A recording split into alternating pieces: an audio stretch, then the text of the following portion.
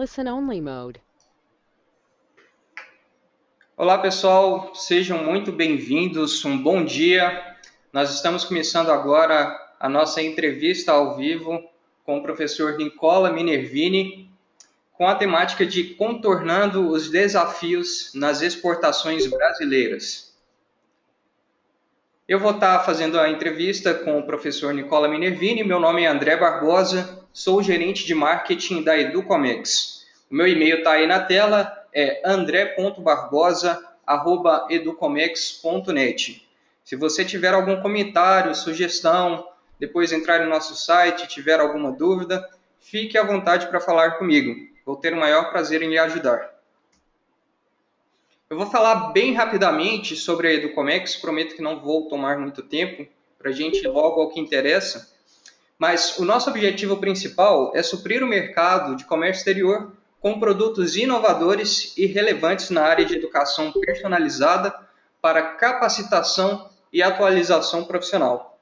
Acreditamos em uma forma de fazer negócios que valoriza a ética e a dignidade do ser humano. Temos o sonho de nos tornarmos a melhor solução em cursos e treinamentos para a área de Comex. Para chegar lá, sabemos que temos que ter um interesse constante em melhorias contínuas, respeito pelo nosso cliente e estarmos abertos às necessidades reais do mercado.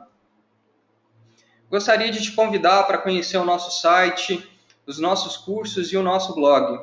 A gente tem aí 4 cursos na tela que a gente lançou recentemente, inclusive este primeiro, Como Prospectar Mercados para Exportação, tem muito a ver com a temática da entrevista de hoje. E temos também os cursos Conhecendo os Regimes de Importação e seus Tributos, Contratos Internacionais de Compra e Venda e Aprenda Quase Tudo sobre o Ciscoserve. Gostaria de convidar que vocês entrem no nosso site www.educomex.net, acessem os cursos. Se vocês tiverem qualquer dúvida, podem entrar em contato com a gente. Os cursos online da Educomex, você tem acesso a eles e aos materiais complementares por 1 ano. E você pode fazer no horário e no lugar que você preferir. Entre também no nosso blog. A gente está constantemente atualizando o blog da Educomex com assuntos relevantes e atuais da área de comércio exterior. Então, gostaria de convidar a você entrar no nosso site e conferir nossos materiais. E gostaria de mencionar os nossos parceiros apoiadores para essa entrevista de hoje. O Instituto Mercosul, de Maringá, no Paraná, e a Star Trade, ferramentas de TI para logística. Gostaria de deixar aqui o meu muito obrigado a estes parceiros que nos apoiaram na divulgação deste evento. Nós temos uma representante do Instituto Mercosul que vai falar um pouquinho sobre o Instituto logo depois das entrevistas das perguntas que nós já temos pré-selecionadas, enquanto eu estiver fazendo o sorteio do livro. Pessoal, a gente conta com o seu feedback. Envie um e-mail para a gente, contato@educomex.net, com sugestões e comentários. Se você tiver alguma sugestão de assunto para curso, para o blog, para material gratuito, ou tiver algum comentário, fique à vontade para entrar em contato com a gente. Gostaria de apresentar agora, então, o professor Nicola Minervini. Ele é especialista italiano em negócios internacionais e autor do best-seller O Exportador, livro que tem formado milhares de executivos de comércio exterior em sua 6ª edição no Brasil. Minervini é formado em Economia e Comércio no Brasil e Engenharia Eletrônica na Itália. É consultor da União Europeia e diretor da International Marketing Consulting, com sede em Bergamo, na Itália. É considerado um dos maiores especialistas mundiais em consórcios de exportação ou redes de empresas, tendo tropicalizado o modelo italiano para a realidade do Brasil e da América Latina.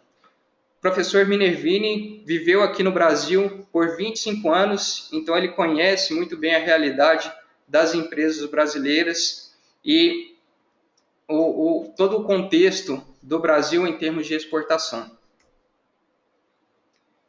E, pessoal, por último, a gente foi agraciado carinhosamente pelo professor Minervini e a editora Person Education Com o livro O Exportador, nós temos 5 exemplares aqui. Nós vamos sortear estes 5 exemplares para vocês que estão acompanhando a transmissão ao vivo. Então, eu gostaria de pedir que não deixe a transmissão. A gente vai fazer o sorteio logo antes das perguntas de vocês.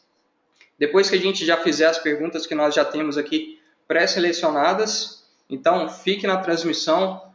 Chegando perto do final da transmissão, a gente vai fazer o sorteio e a gente vai anunciar ao vivo mesmo quem foram os ganhadores e passar as instruções sobre como receber o livro depois. O livro Exportador, só repetindo, do professor Nicola Minervini, é um excelente livro. Como eu disse no slide anterior, tem formado várias pessoas que têm estudado comércio exterior aqui no Brasil. Inclusive eu, na minha formação, sou formado em comércio exterior também, já utilizei o livro O Exportador do professor Minervini em várias ocasiões e com certeza é um excelente livro que só tem a acrescentar a todos que têm interesse na temática de exportação. Bom, pessoal, agora eu vou chamar então o professor Nicola Minervini para estar conosco. Vou abrir o microfone dele. Professor Nicola, já abri o teu microfone. Gostaria de te dar as boas-vindas, agradecer imensamente a sua participação conosco e lhe dar a oportunidade de fazer uma pequena apresentação, se preferir.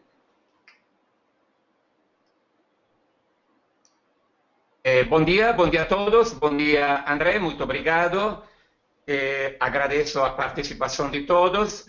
Lamento que seja um sábado de manhã, mas eu espero que vale a pena esse investimento de tempo que vocês estão fazendo.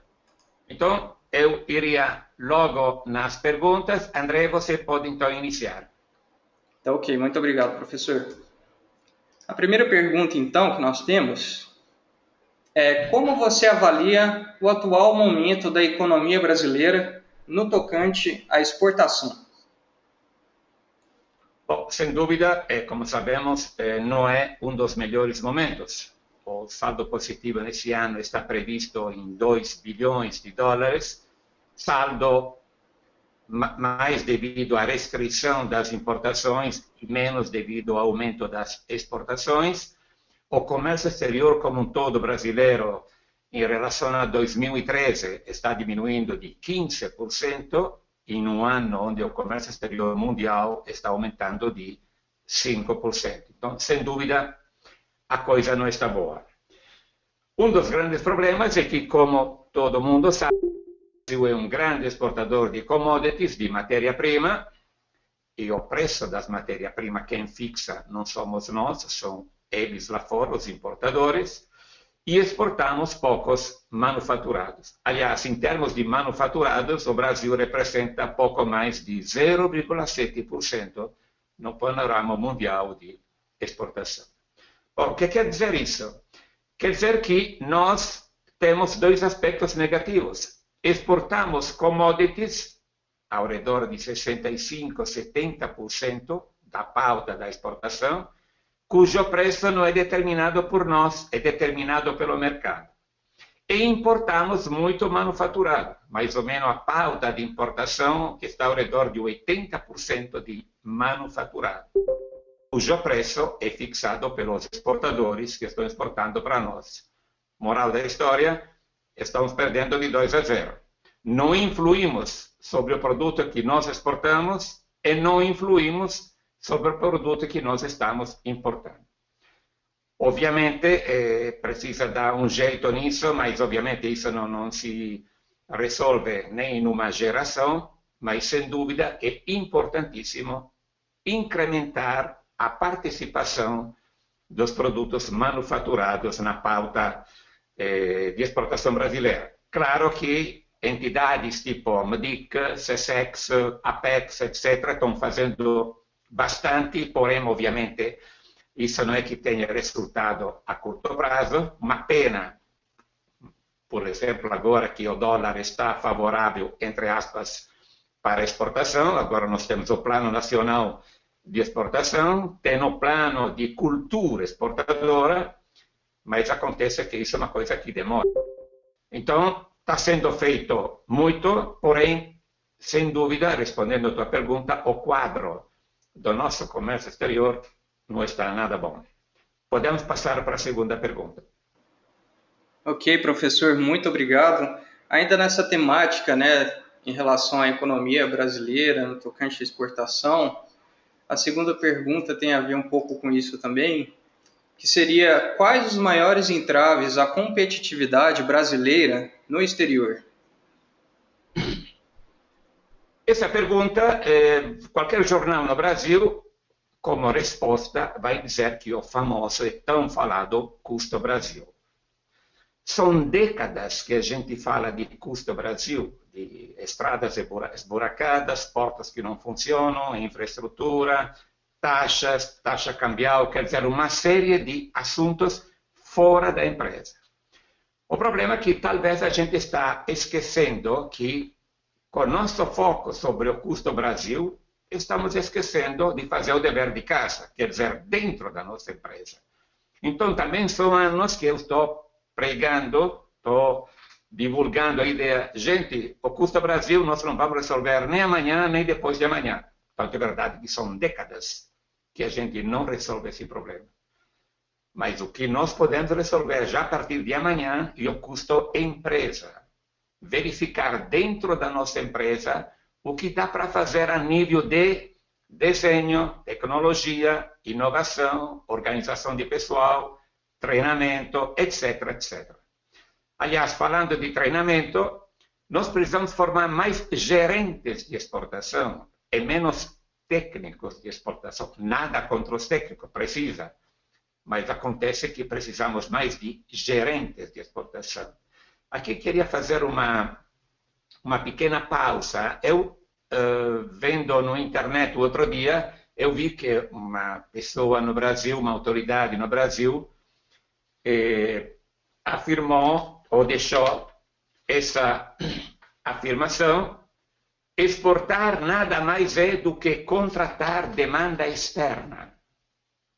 Repito, exportar nada mais é do que contratar demanda externa. Seria uma loteria se fosse verdade isso. Não é nada disso, na minha opinião, modesta opinião. Demanda tem a monte. O mundo importa trilhões de dólares. Nós só participamos com 1% da exportação mundial. Importadores não faltam. O que falta são exportadores confiáveis e com continuidade. Então, moral da história, é muito mais difícil formar exportadores que buscar importadores. Podemos passar para a terceira pergunta. Muito obrigado, professor. Voltando um pouco naquela questão da economia e do cenário econômico atual, de que modo que o câmbio impacta no preço final do produto brasileiro? Esse também é um tema de longa data. Eu, outro dia, mexendo no meu arquivo, encontrei um artigo que eu escrevi para o jornal O Estado de São Paulo em junho de 1990, antes de voltar, infelizmente, para a Itália. E nesse artigo, então, já de 25 anos atrás, já havia um debate sobre qual seria o câmbio ideal. Eu diria assim, logo para entrar na conversa, o câmbio ideal e o câmbio de atitude. Você pode ter um dólar a 10 reais, a 4, a 6, o que for, mas se você não tiver uma competitividade intrínseca, quer dizer, dentro da empresa, não vai adiantar. Tanto é verdade que países que têm moedas mais fortes, mas conseguem inundar o mundo com produtos manufaturados. Obviamente, eles não vendem preço, vendem inteligência de marketing, vendem presença nos mercados, vendem design, vendem tecnologia. Então, gente, o câmbio ajuda, mas não é a base. Não é a base da pirâmide. Eu desconfio que todos esses anos o câmbio talvez tenha sido uma espécie de trincheira atrás da qual a gente a própria falta de competitividade. Isso eu não estou dizendo porque li no jornal ontem. Eu tenho visitado o Brasil constantemente, tenho trabalhado no Brasil e visitado nos últimos 25 anos que eu moro na Itália, mas todo ano eu tenho vindo ao Brasil trazendo empresas italianas, dando consultoria a entidades brasileiras e visitando empresas, pelo menos as empresas que eu tenho visitado, tem muita gordura ainda para cortar. Eu chamo isso de efeito iceberg que a gente está se fixando. Taxa cambial, custo Brasil, e esquece da capacidade exportadora da empresa. Capacidade exportadora da empresa, eu entendo a capacidade da empresa de se adaptar aos mercados internacionais. Eu lembro que, por exemplo, o PIB por hora trabalhado no Brasil anda por volta de $11 contra uma média de $35 por funcionário. Lembro também que nós caímos no ranking da competitividade. O ano passado já estávamos na posição número 56 sobre 133 países. Agora acaba de sair o documento do World Economic Forum. 56, baixamos ainda para 75. Então, quer dizer, a coisa não está boa. E também um último detalhe sobre esse assunto de câmbio. Nós, digo Brasil, por exemplo, na Itália, uma pequena empresa que tem 5 ou 6 funcionários, se não fatura €1 milhão, que imagino seja equivalente a 4,5 milhões de reais, fecha. Moral da história, cada funcionário, cada empregado, cada operário tem que produzir para a empresa ao redor de 150 a 200 mil euros cada um. Isso, claro, que parece uma poesia no contexto brasileiro. É claro também que nós não podemos comparar, nós estamos falando de 2 planetas diferentes. Mas o problema é que nós temos que nos comparar com esse pessoal. Nós temos que brigar. Se nós não podemos brigar com os chineses, tem que brigar com o europeu ou com outros latino-americanos. Então, sem dúvida, com tudo isso eu quero dizer, câmbio também, isso a gente não dá para mudar. Aliás, agora está ótimo, entre aspas, para quem quer exportar. Está péssimo para quem quer importar. Mas, insisto, qual é o câmbio ideal? É câmbio de atitude. Nós podemos o câmbio que vocês quiserem, mas se você não organiza a tua empresa, não prepara a tua empresa, nós não vamos ser competitivos. Podemos passar para outra.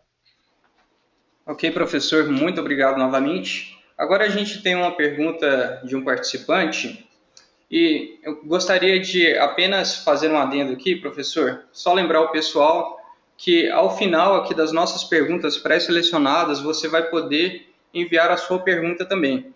Eu só vou pedir para vocês esperarem para enviar a pergunta depois que a gente já fizer as perguntas que a gente já tem pré-selecionadas aqui, porque possivelmente pode ser que já responda alguma pergunta sua.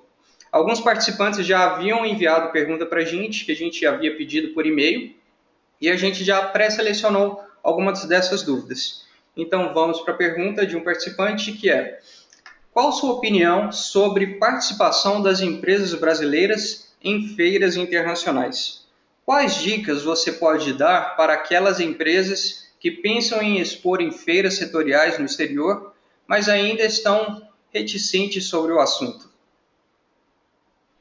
É uma ótima pergunta.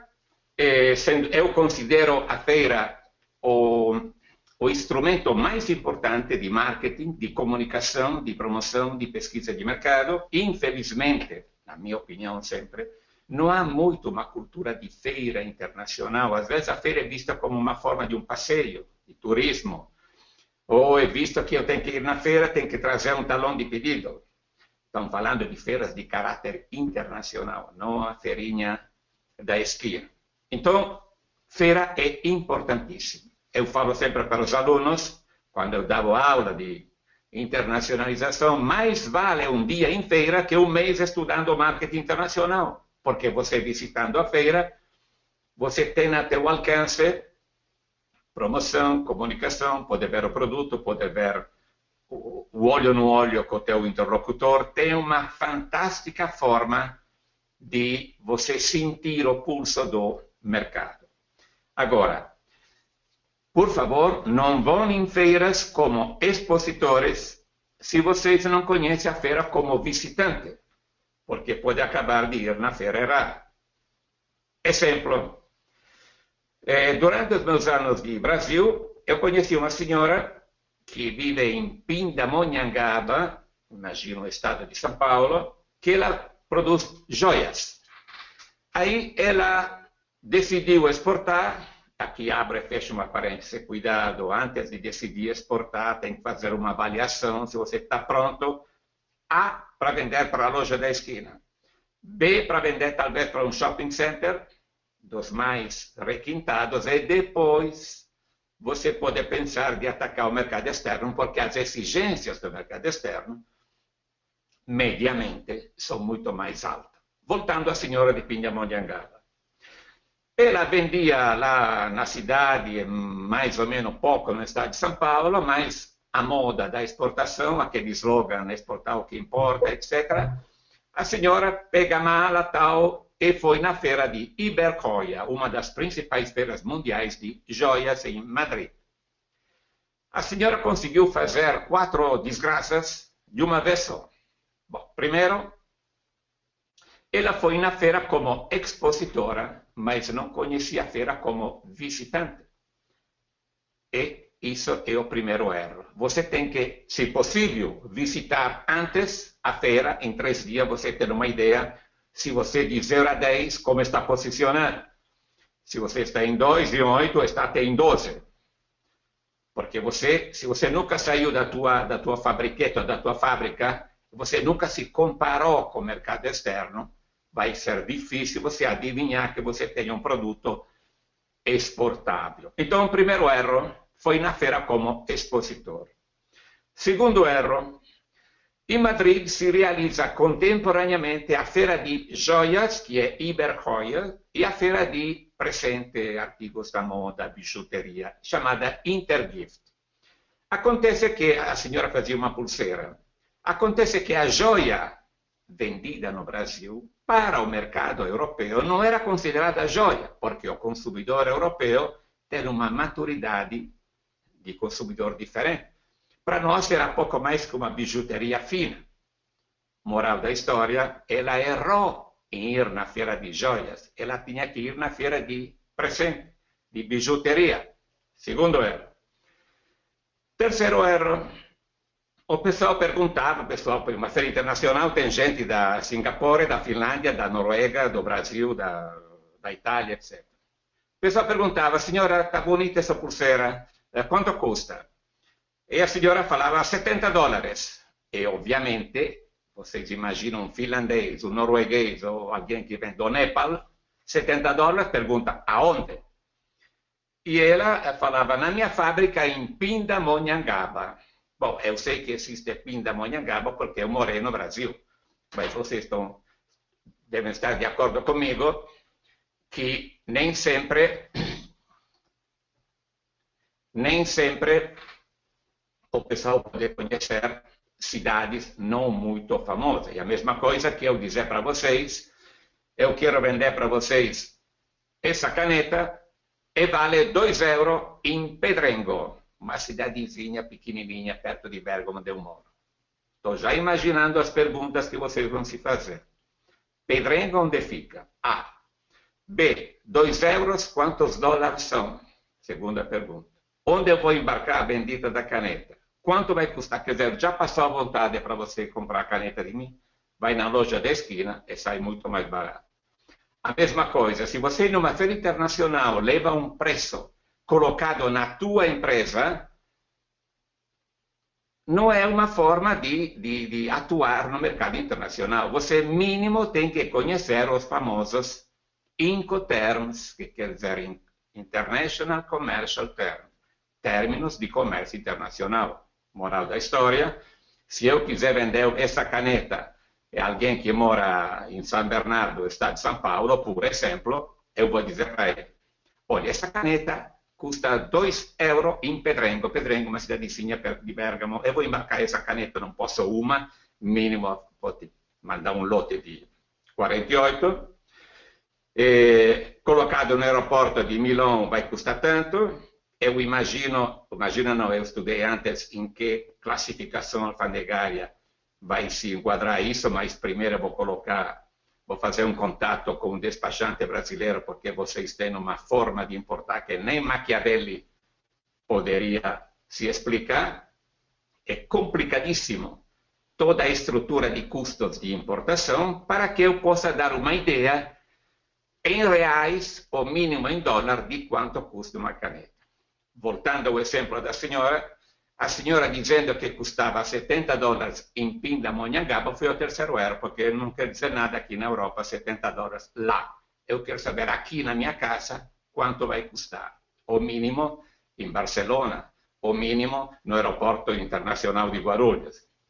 Quarto erro, e depois acabo as desgraças, a senhora não sabia que para vender uma joia na Europa, ela tinha que multiplicar o preço de fábrica mais ou menos por 5. Porque tem na loja que compra do distribuidor e multiplica por 2. O distribuidor tem que ganhar pelo menos 30, 35%. Tem a comissão do agente, tem as taxas de importação, tem o frete, etc, etc, etc. Então, $70 vezes 5 dá ao redor de $350. Na Europa, $350, você compra uma joia, não uma bijuteria, até firmada por algum, digamos, designer. Então, tudo isso é para dizer, isso é como não fazer uma feira. Então, respondendo à pergunta, claro, a feira é importantíssima. Claro que tem gente que diz, não, mas não vou perder tempo, vou gastar um monte de dinheiro. Essa senhora, por exemplo, jogou da janela $12.000. Que pena. Poderia ter feito um telefonema, poderia ter visto, se informado antes. Ela não estava preparada para exportar, não sabia o que eram os termos de comércio internacional. Seu produto não era uma joia, era uma bijuteria. Quer dizer, estava completamente fora. Então, feira é a forma mais importante para você se comunicar, fazer promoção, fazer pesquisa de mercado, mas tem que se preparar antes.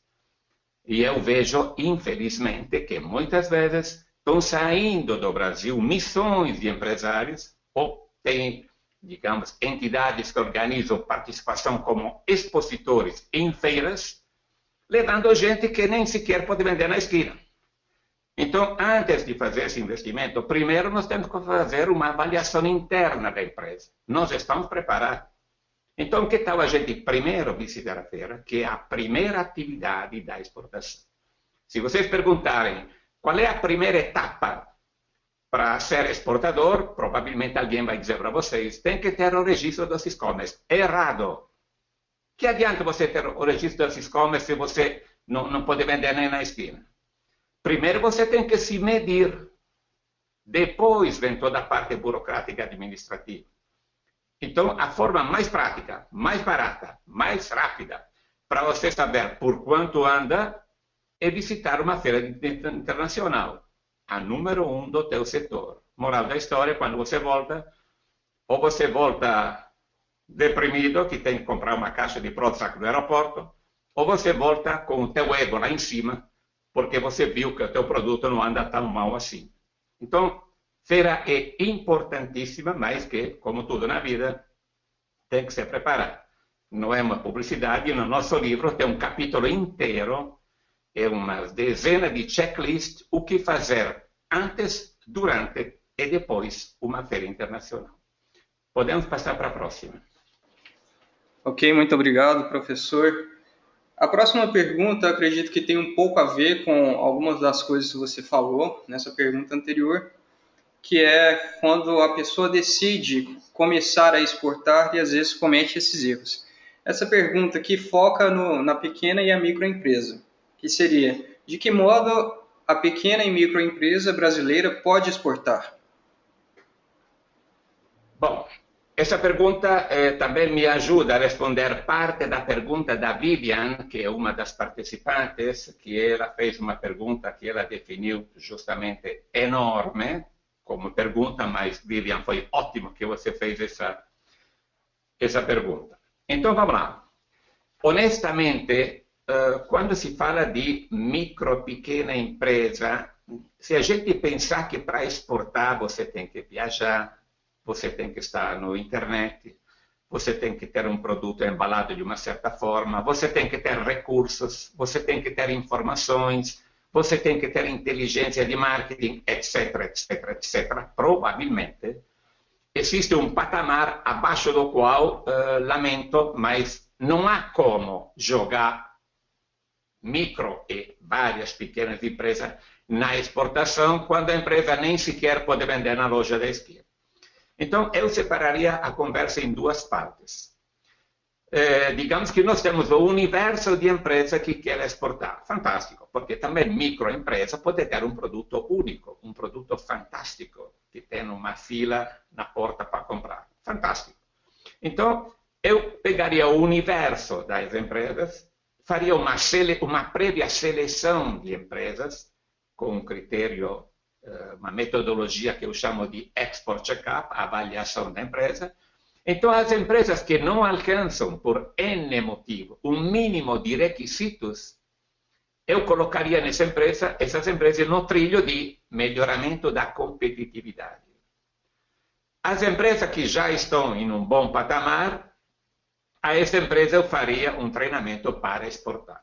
Eu faço sempre o exemplo, imagina que eu vendo camisas. Então, eu quero exportar. Você, do outro lado, é um consultor. A primeira pergunta que vocês têm que fazer é: por que você quer exportar? Talvez eu vou te dizer, não, porque agora o dólar está ótimo. Ou porque o mercado interno está em crise. Nunca. Esse é algo de extremamente errado. Tipo, exportar quando o mercado interno está em crise. O pior momento para você começar a exportar é quando está em crise. Porque se você está em crise, provavelmente você tem muita pressa para faturar. Você não tem paciência, não tem calma, e exportação é algo de médio e longo prazo. Você não tem recursos, você está no desespero, e isso obviamente é tudo o contrário daquilo que é uma estratégia de exportação. Não dá para vender lá fora o que está sobrando aqui dentro, a menos que você não tenha um produto global. Um celular, um relógio, uma máquina fotográfica, um computer, etc. Então, voltando para nós.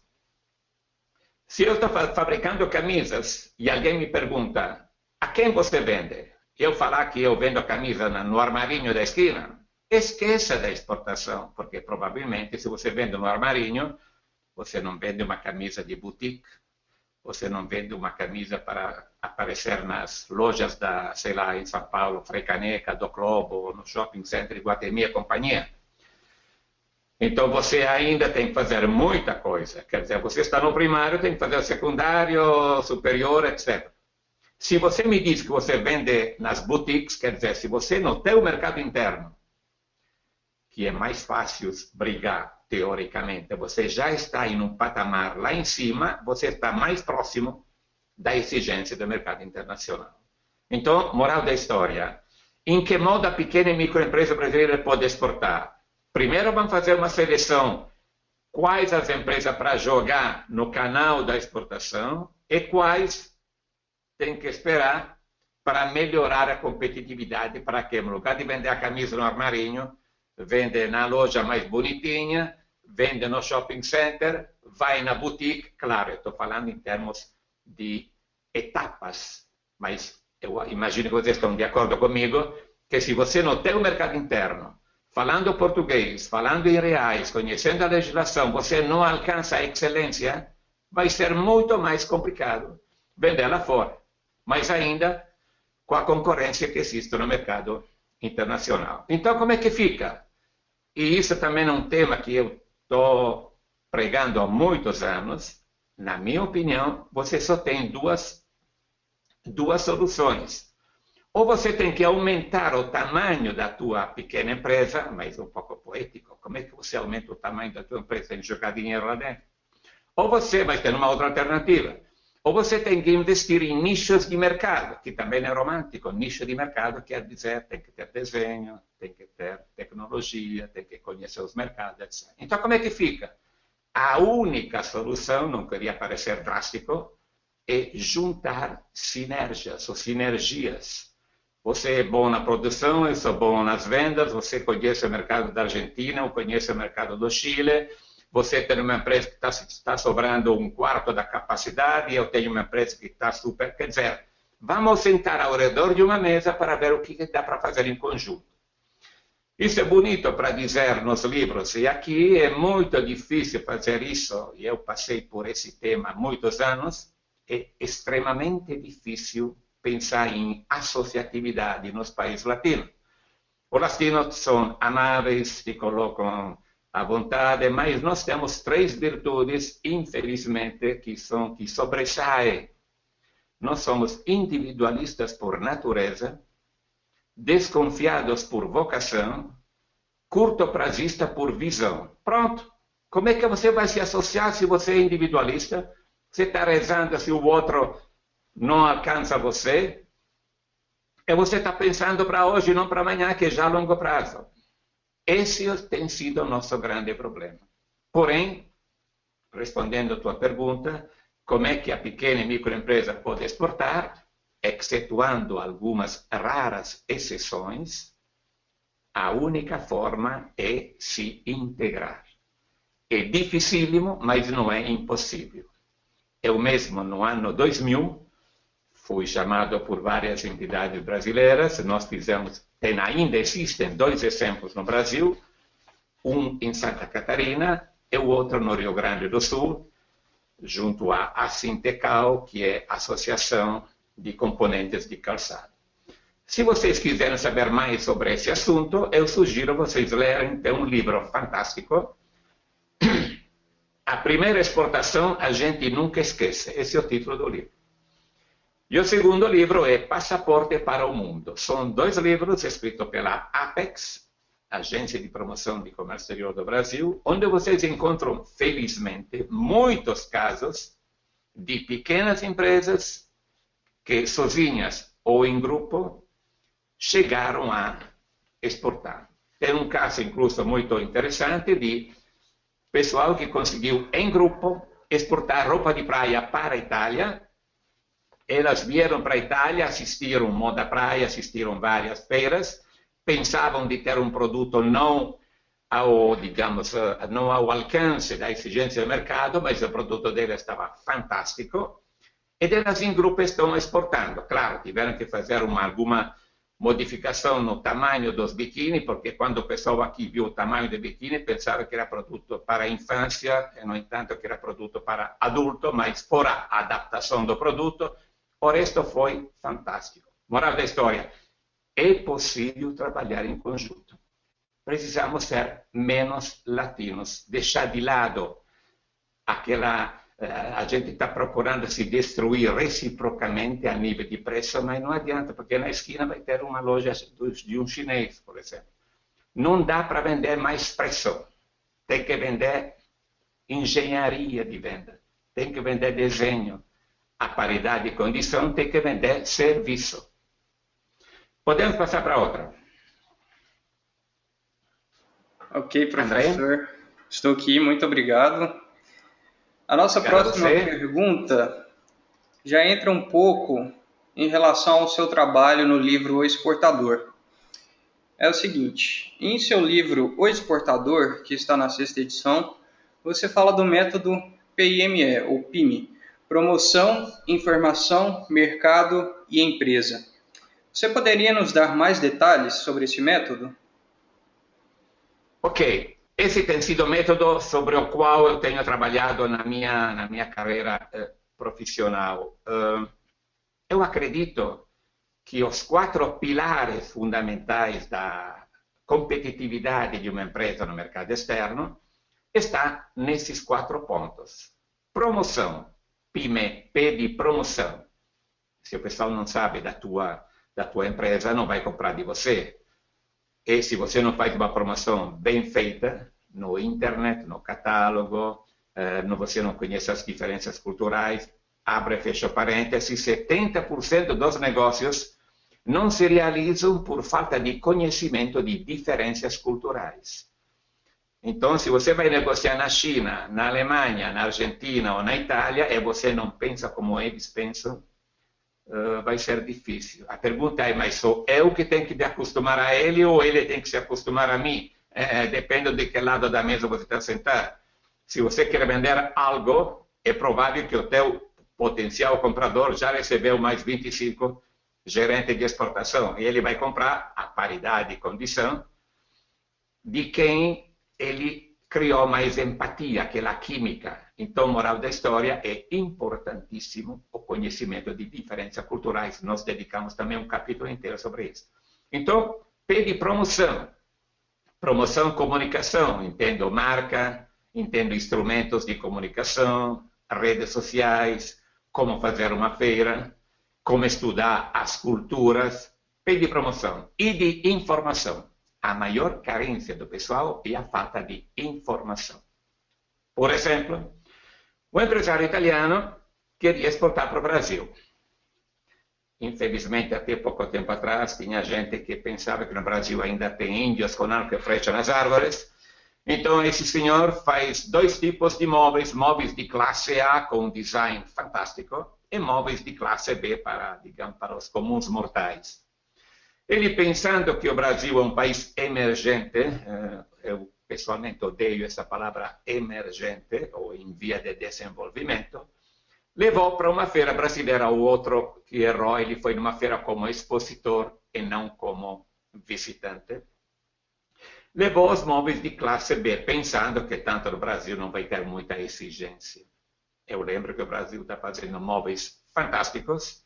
O Brasil está ganhando prêmios de design nessa área. Vocês têm a Bimóvel no Brasil. Eu mesmo participei de alguma feira no setor de móveis. Então, esse senhor errou em não estudar bem no mercado. Mas falando de falta de informação, ele perguntou para uma entidade de promoção de comércio exterior italiana, perguntou qual é a taxa de importação do móvel. Claro, um determinado tipo de móvel, digamos um armário.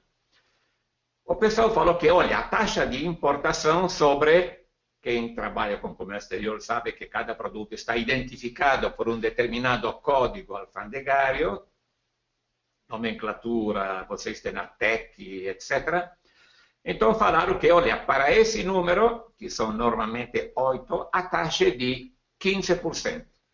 Então o exportador pensou, bom, o meu móvel custa 100 a nível percentual, vou multiplicar 100 por 1,15, taxa de importação no Brasil, vou acrescentar mais alguns custos. Ele achou que multiplicando o preço de fábrica por 1,30, ia poder vender o móvel no Brasil. Aí ele veio com tudo, né? Na feira, trouxe móvel de classe B, e na feira, primeiro ele descobriu que tinha trazido o móvel errado. Segundo, ele descobriu, pior, que 15% era só a taxa de importação. Era um dos 22 custos da estrutura de custos de importação. Ele não sabia que no Brasil existe PIS, COFINS, ICMS, toda aquela parafernália que foi construída, que, repito, nem Machiavelli conseguiria entender. Então, moral da história, faltou informação. Esse também jogou muitos milhares de dólares, além do papel feio que ele fez em levar para o Brasil móvel de classe B. Então, no livro tem mais de, só no capítulo de informação, tem 300 links de comércio exterior especializado. PIME, promoção, informação, MD, mercado. Eu vou exportar para a Argentina ou para a Austrália, para a Áustria ou para a Suécia, para a Bolívia ou para a Itália. Mercado, seleção de mercado, seleção como você vai entrar no mercado, como agente, como distribuidor, como consórcio, como a trade, como a comercial exportadora. A quem você vai confiar a tua distribuição? Ao João, a Susana, ao Roberto, etc. Como você vai se relacionar com ele? Então, são 4 temas: seleção de mercado, seleção de parceiro, forma de entrada e seleção da forma de relacionamento. M de mercado. E, ovviamente, E de empresa. Não adianta tudo isso se você não tiver uma empresa organizada para exportar, estruturada para exportar. Disso vamos falar em uma outra pergunta, mas importantíssimo, você pode ter um ótimo produto, mas a tua empresa não está preparada para exportar, não vai adiantar. Então, André, PYME é, na minha opinião, é a base da pirâmide para você poder exportar. Tem que fazer uma ótima promoção, tem que estar informado, tem que gerenciar o mercado, e às vezes a gente não gerencia o mercado, administra pedido. Alguém me contata da Argentina, respondo, da Austrália respondo, do Zâmbia respondo, mas isso não é exportação, isso é administração de pedido. Mercado e, obviamente, é de empresa. Essas são as 4 colunas mestres em cima das quais a gente pode construir um projeto de exportação. Outra. Ok, professor, muito obrigado. Agora a gente tem uma outra pergunta de participante. Antes de ler a pergunta, professor, só gostaria de lembrar que para a gente ter um tempinho para responder as perguntas dos participantes também, que a gente aí teria mais ou menos uns 20 minutos para a gente responder o resto das perguntas que a gente tem pré-selecionadas. E daí a gente passa para o sorteio e as perguntas de quem está acompanhando com a gente agora ao vivo. Bom, a pergunta... Sim, professor, pode falar. Pois não. Pergunta do participante é a seguinte: temos no Brasil um número considerável de empresas que deixam seus projetos de exportação a cargo de profissionais de outros setores da empresa, como contabilidade, compras, etc., ao invés de ter um executivo com experiência no setor gerenciando os projetos, com a justificativa de economia de custos ou que não possuem grandes projetos na área. Você acha que é uma postura correta ou isso pode prejudicar o andamento dos projetos e, por consequência, manchar a imagem da empresa perante seus clientes estrangeiros? Sem dúvida. Aliás, eu diria até mais. Além de prejudicar a imagem da empresa perante seus clientes estrangeiros, que é relativamente grave, o que é gravíssimo é prejudicar a imagem do Brasil. Porque se você aprontar alguma coisa lá fora, tem a marca Made in Brasil. Então, voltando à pergunta. Infelizmente, é assim, porque digamos que a profissão de técnico de comércio exterior é relativamente nova no Brasil. Tem profissões já regulamentadas, tipo, para você assinar um projeto de um prédio, imagino, tem que ser um engenheiro. Para você chefiar um hospital, tem que ser um médico. Para você fazer um processo no tribunal, tem que ser advogado. Quer dizer, é obrigatório, para você fazer determinado trabalho, tem que ser um administrador registrado no Conselho Regional, etc., etc. Infelizmente, para a exportação, não há ainda que eu saiba, uma obrigatoriedade e regulamentação. Então, o que acontece?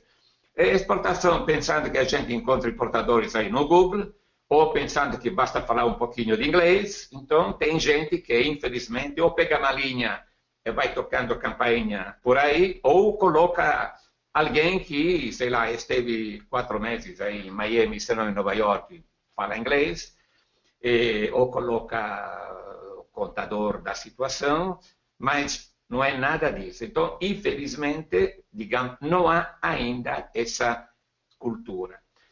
Muito importante, para uma empresa admitir contratar um gerente de exportação, não tem que oferecer um lugar de trabalho, tem que oferecer uma vocação internacional. Eu sei algo disso porque pessoalmente passei por isso.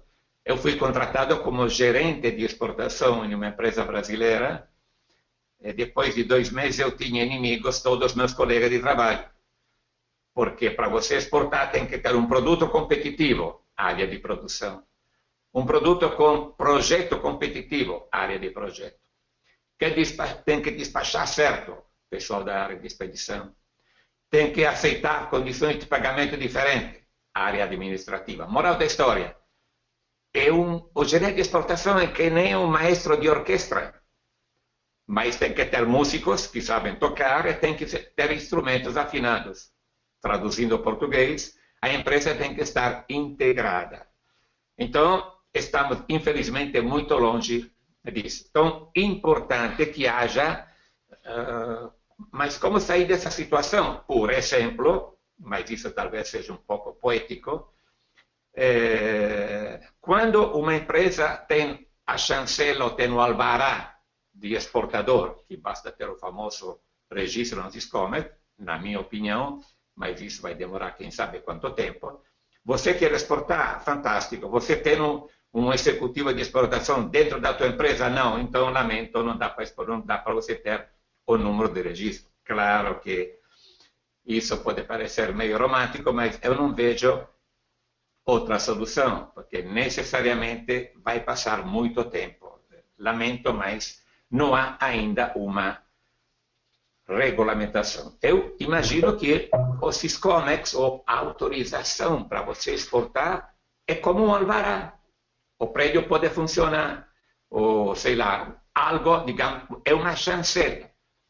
E tem que ser como um alvará, porque você exportando e apronta alguma coisa lá fora, na caixa está uma etiqueta, Made in Brasil. Então será o Brasil que será penalizado. Eu acho que, devido que a imagem de um país não tem valor, tem um valor assim inimaginável, nós temos que tomar um pouco mais de cuidado para autorizar o pessoal a exportar, que talvez exporta quando o dólar está bom, quando o dólar não está bom, teoricamente não exporta mais. E como é que fica o pessoal lá fora? Então, fechando a pergunta, sem dúvida, primeiro é algo que acontece muito, empresas não têm um executivo de exportação e, sem dúvida, pode prejudicar a imagem junto aos clientes estrangeiros, principalmente a imagem do Brasil. André, podemos passar? Ok, professor, muito obrigado. Agora, voltando um pouco à figura do empresário, e talvez essa pergunta o senhor já até tenha respondido em partes em outras perguntas, mas se quiser complementar, a pergunta é a seguinte: o que um empresário que opte por internacionalizar a sua empresa precisa saber? Quais são as suas dicas? Bom, eu diria, primeiríssima, eu insisto no assunto feira. Eu quero exportar. Eu nunca me comparei. Então, como é que eu faço para saber se eu estou pronto ou não para exportar? Claro, vai me dizer, basta ir em internet, vai em Google, você sabe um monte de coisa.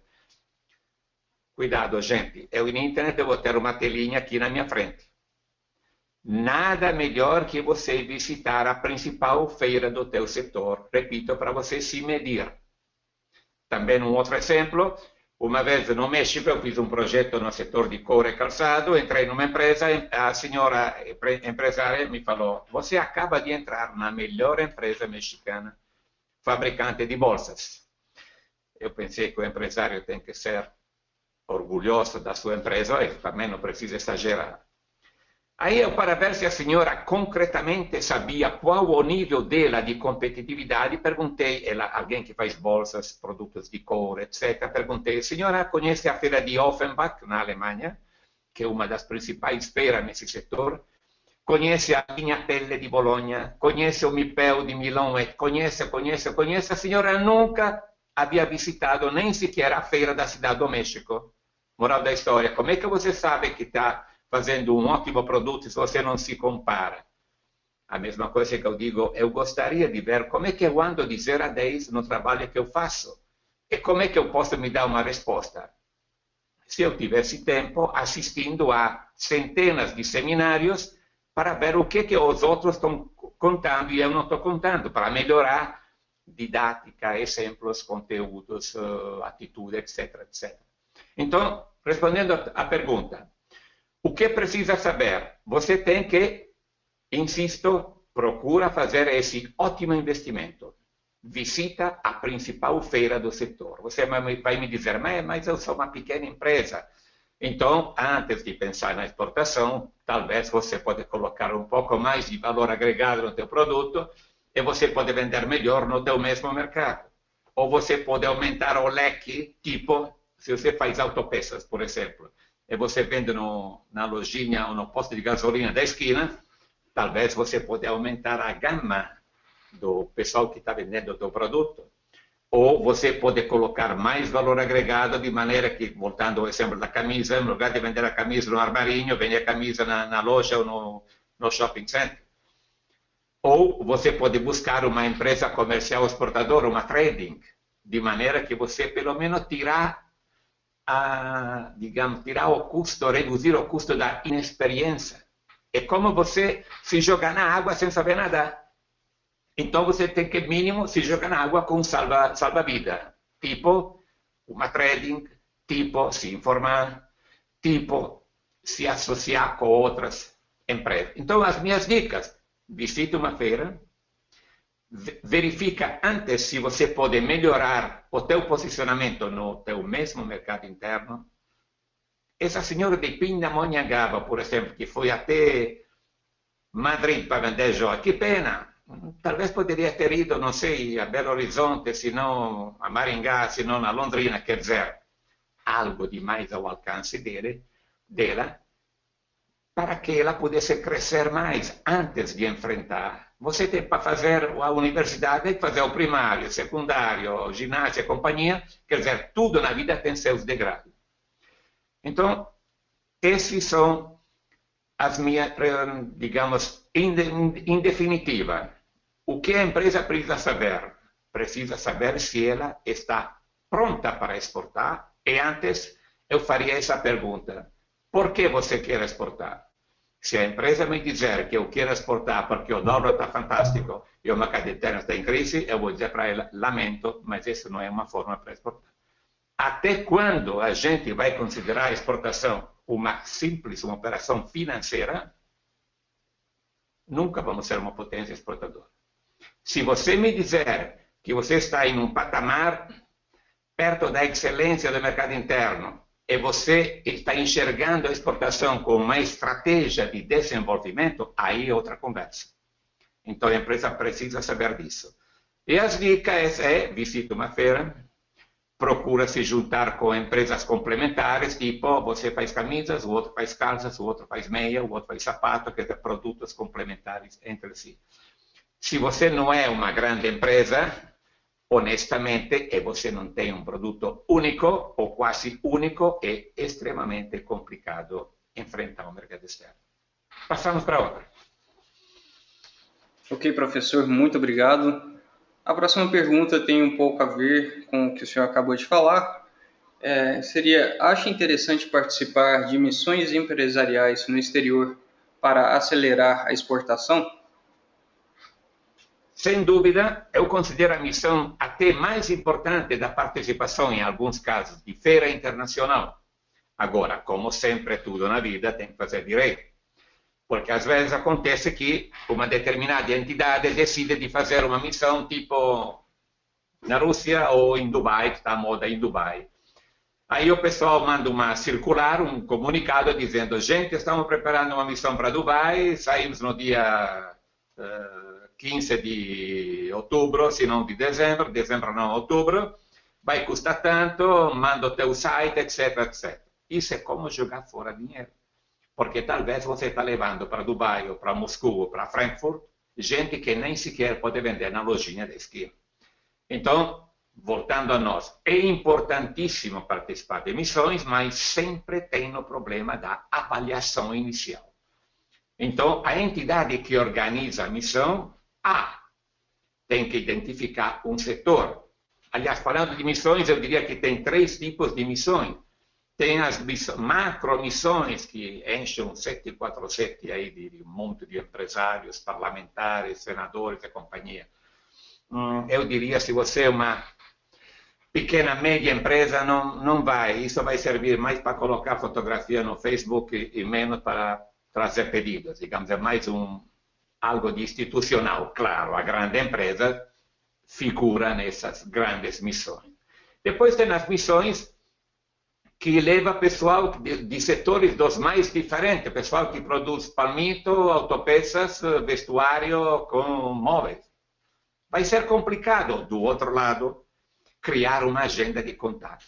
O que é mais produtivo é participar de missões de um único setor, tipo vestuário ou moda. Aí você junta vestuário, calçado, botas, acessórios da moda, joias, bijuteria, quer dizer, produtos que são irmãos ou primos, e não palmito com autopeças, por exemplo.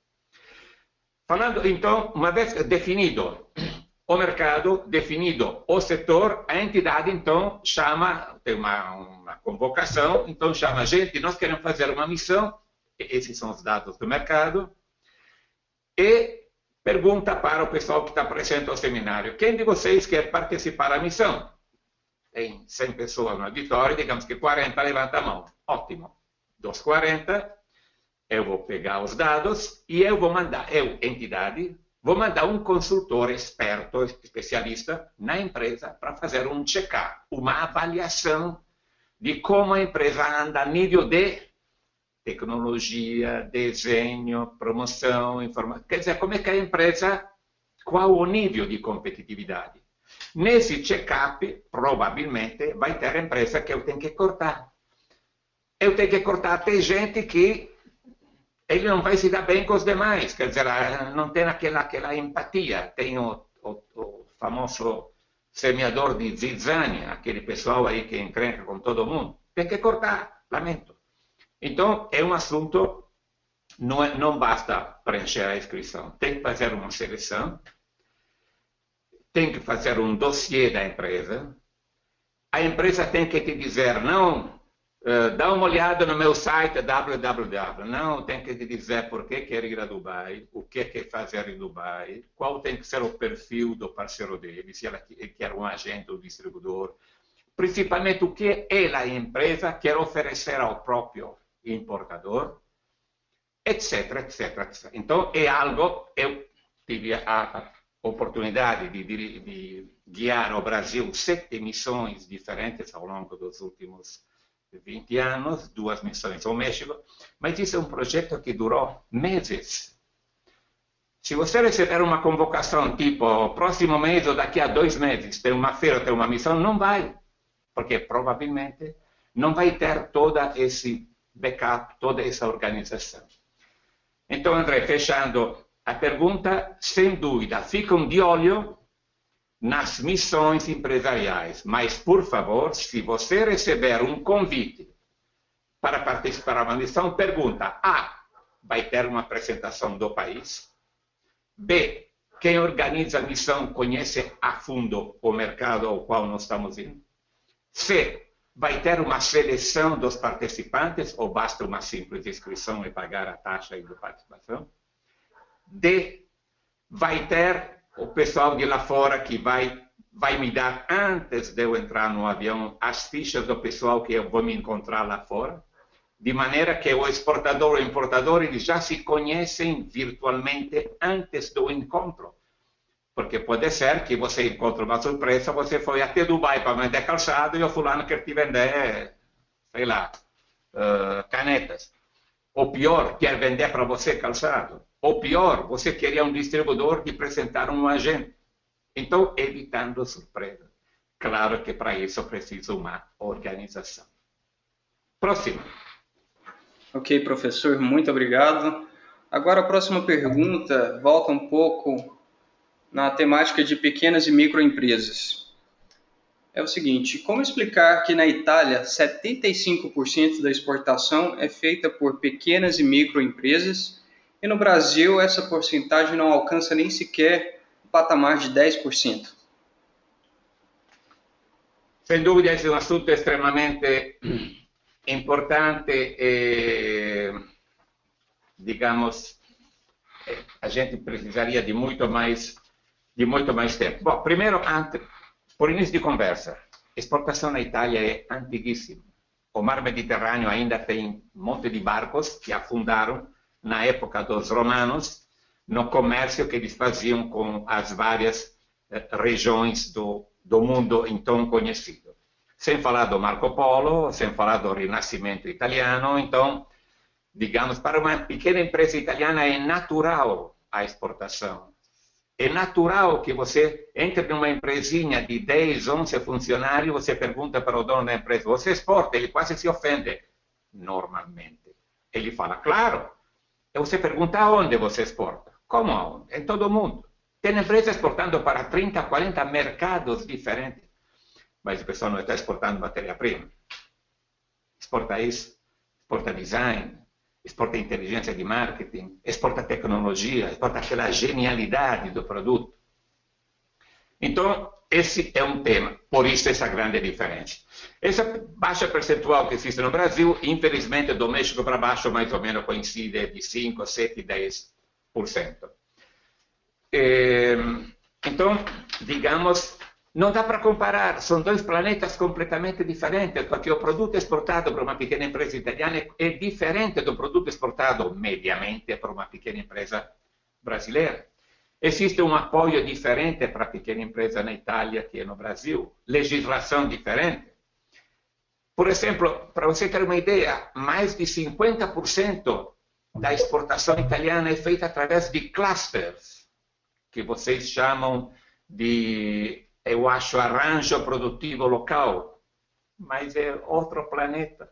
Os clusters aqui vêm desde a Idade Média. Os arranjos produtivos local foram feitos recentemente, deve ter uma década ou algo mais, quase que por decreto. É outra coisa. E dentro dos clusters tem mais de 400 consórcios funcionantes. Só que tem um detalhe. A quase totalidade dos consórcios de exportação italianos são de serviços. A quase totalidade das experiências fracassadas de consórcio na América Latina e também, infelizmente, no Brasil, se tentou fazer consórcio de vendas. Tipo, nós somos 10 empresários, você fabrica camisa, o outro faz calçado, o outro faz paletó.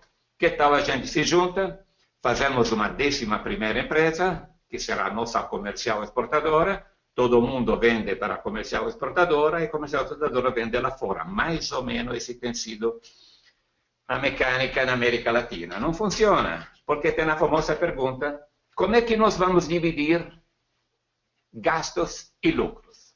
Nem Machiavelli tem uma resposta para isso. Teoricamente, a resposta é: vamos dividir proporcionalmente com quanto cada um de nós contribuiu. Na teoria, mas na prática o pessoal vai brigar por R$1. Então, respondendo à pergunta, não podemos comparar a Itália ou a Europa com o Brasil por N situação, legislação, cultura. Veja, por exemplo, uma pequena empresa italiana, 70%, 65% exporta para a Europa. Você imagina que com 2 horas de avião de Milão, você pode chegar em 10 capitais europeias. 2 horas de voo no Brasil, você chega mais ou menos de Brasília até Curitiba, por exemplo. Então, é outra situação.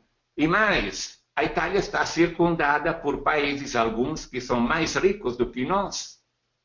E o Brasil está circundado por países que têm uma série de problemas. Quer dizer, é outro planeta, não dá para comparar. Então, como é que a gente faz? Eu insisto, não vamos pegar um modelo que funciona aqui e não funciona lá. O modelo nos serve como uma referência, mas vamos tropicalizar o modelo. E aí, modestamente, esse foi também um dos meus trabalhos no Brasil. Eu procurei, nesses exemplos que tenho deixado no Brasil, mas muito mais na Costa Rica ou no México, criar o tal do SIPE, Sistema Integrado de Promoção de Exportação, que não é consórcio de exportação, é uma entidade que presta serviços aos associados. A grande diferença é que cada um tem que vender individualmente, porque se todo mundo vende a uma única empresa, vai ter briga. Claro que tem casos esporádicos que têm funcionado, mas é a exceção, não é a regra. Próxima. Ok, professor, muito obrigado. Agora a gente então vai passar para a última pergunta das perguntas que a gente já fez a pré-seleção. E é uma pergunta de um participante. É uma pergunta um pouco extensa, mas vai estar aí na tela para que todos possam acompanhar bem. O participante pergunta o seguinte: sabemos que o processo de internacionalização pela exportação é complexo e demanda investimentos, mas se manter competitivo nos países para onde exporta é igualmente complexo, principalmente considerando acordos multilaterais recentes envolvendo países que são tradicionalmente mercados das exportações brasileiras. Vide a parceria Transpacífica. Quais estratégias você sugere para empresas que já estão presentes no exterior, de modo que permaneçam competitivas nos mercados em que atuam, à luz destes novos acordos que têm sido negociados e que podem representar ameaça às exportações das empresas brasileiras? Bom, vamos dividir a resposta em duas partes. Primeiro, um comentário sobre essa situação. Claro que hoje em dia basta ler os jornais, estão se fazendo uma série de acordos. Nos últimos anos foram firmados mais de 500 acordos. Na América Latina nós temos 2 campeões mundiais de acordos internacionais, México e Chile. O Brasil, que eu saiba, tem firmado 3 acordos e tem firmado acordo com um país mais pobre do que nós. Eu diria, de pobre chega a gente. Juntar miséria com pobreza não dá, dizia alguém tempo atrás. Então, esse é um tema. Claro que recentemente estão sendo estudados novos possíveis acordos, porém é uma coisa demorada. Nós temos perdido o trem dos acordos, o trem das alianças. Esse que é o verdadeiro custo do Brasil, não nas estradas esburacadas, os portos, etc. O Brasil tem ficado isolado da revolução que tem acontecido no mundo. E acontece que um país protecionista, sem dúvida, não será um campeão de inovação. Por favor, não generalizando. Também no Brasil nós temos casos excelentes de inovação. Aliás, eu sugiro para vocês ler um ótimo estudo feito pela Fundação Dom Cabral, onde tem todo um fantástico estudo sobre inovação no Brasil. Mas são gotinhas d'água. Então, esse é o tema. Respondendo à segunda parte da pergunta, então, como é que a gente faz? Tipo, uma empresa brasileira exporta para os Estados Unidos móveis. O México tem acordos que eles chamam de TLCAN, TLC, Tratado de Livre Comércio, tem acordo com os Estados Unidos. É um dos 32 acordos que tem no México. A paridade de condição, alguém que mora em São Bento do Sul ou em Bento Gonçalves, que exporta móvel para os Estados Unidos, é prejudicado, sem considerar a logística das 17 horas de voo para chegar a Nova York, é prejudicado porque o produtor mexicano ele não paga quase nada para entrar nos Estados Unidos e o produtor brasileiro, obviamente, ele tem uma barreira maior que a barreira mexicana. Temos que fazer algo para compensar isso. É nós, empresários, né, que a gente pode promover um acordo. Então, eu tenho que trabalhar um outro sentido. Tem que colocar mais valor agregado. Se ele vende no armarinho, tem que vender na lojinha. Mais valor agregado, uma presença no mercado, alianças a nível de transferência de tecnologia, investir na marca.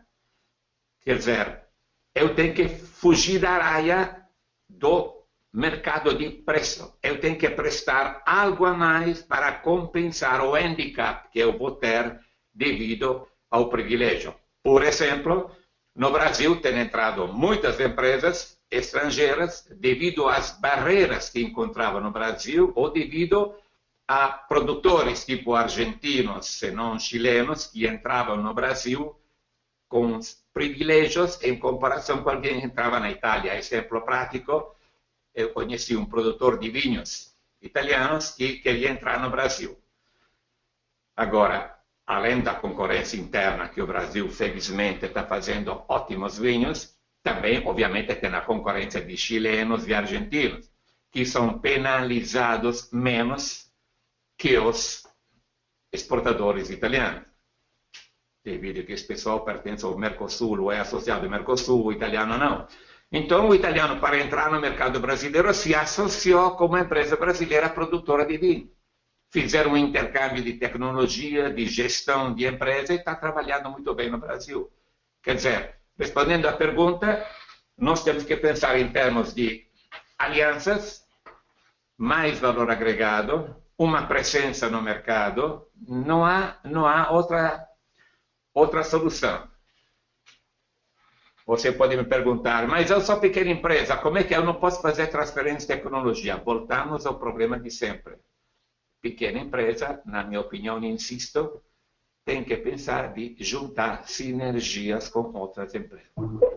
Então, obrigado por essa pergunta. Sem dúvida, nós, comuns mortais, não podemos influir muito sobre os acordos. Esperamos que, a nível governamental, se acelere esse trabalho de fazer mais acordos, mas até que isso aconteça, vamos fazer o dever de casa. Vamos ver, nós, como empresa, como podemos reduzir esse handicap que vamos encontrar com produtores que têm acordos com maior serviço, valor agregado, um outro segmento de mercado, uma aliança com um fabricante local. Tudo isso ajuda para você reduzir essa diferença.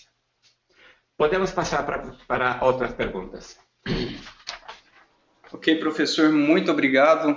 A gente encerrou com essa pergunta, as perguntas pré-selecionadas, professor. Então, agora eu vou instruir o pessoal para enviar as perguntas que quiserem fazer agora ao vivo para o senhor. A gente já tem algumas outras perguntas separadas também, que a gente já tinha recebido de alguns participantes. Então, eu gostaria de fazer o seguinte. Eu vou passar a palavra para a Daiane Marsola, que vai apresentar rapidamente sobre o Instituto Mercosul. Enquanto isso, eu vou organizando as perguntas que forem chegando aqui e vou também fazer a seleção dos nomes dos ganhadores do sorteio que vão ser agraciados aí com um exemplar do livro O Exportador. Ok? Isso deve durar mais ou menos 5 minutos, mas peço a vocês, pessoal, não saia da transmissão. A gente já vai anunciar os ganhadores do sorteio e vai voltar com outras perguntas, agora as perguntas de vocês, dos participantes. Professor Nicola, você gostaria de passar alguma instrução sobre a temática das perguntas para os participantes? Só como eu já tinha avisado antes, digamos, os meus temas, eu me sinto à vontade, os meus temas são promoção, informação, mercado e empresa, associatividade.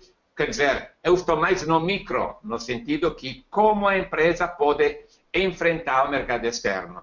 Não é de minha especialidade assuntos de macroeconomia, de cenários econômicos, ou se alguém me pedir opiniões sobre a situação interna do Brasil, por eu ser estrangeiro, não posso eticamente emitir opiniões. Então, fora isso, o resto, fantástico. Se eu puder responder, com muito prazer. Se eu não souber, vou dizer, lamento, não sei, mas me prometo de descobrir como é que eu posso responder.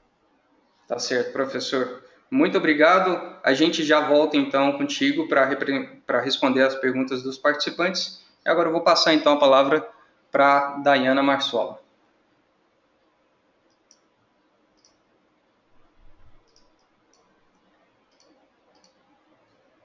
Daiane, você me ouve? Olá. A palavra está contigo, então, Daiane. Bom dia a todos. Meu nome é Daiane, eu sou secretária executiva do Instituto Mercosul. Gostaria primeiramente de agradecer a excelente explanação do professor Molina sobre todas as perguntas. Gostaria de parabenizar também a Semex por essa iniciativa e agradecer a todos pela participação. O Instituto Mercosul é uma entidade sem fins lucrativos que fomenta o comércio exterior em Maringá e na região norte e noroeste do Paraná. Nosso foco é no apoio às pequenas e médias empresas, exportadoras e importadoras que desejam ingressar no mercado internacional. Nós realizamos algumas ações em nossa região, levando informação aos empresários e aos profissionais que trabalham na área de comércio exterior. Para todos aqueles que desejam conhecer o nosso trabalho e as nossas ações, convido a todos a acessar o nosso site www.institutomercosul.org.br. Obrigada, André. Eu que agradeço, Daiane, agradeço mais uma vez também ao Instituto Mercosul por ter nos ajudado, nos apoiado aí na divulgação deste evento. Pessoal, vou pedir então só mais uns minutinhos, estou preparando aqui os slides para anunciar os ganhadores do sorteio. Vou pausar minha tela aqui só mais um minutinho. Conto com a paciência de vocês. Já volto para anunciar os ganhadores. Obrigado, Daiane. Obrigada.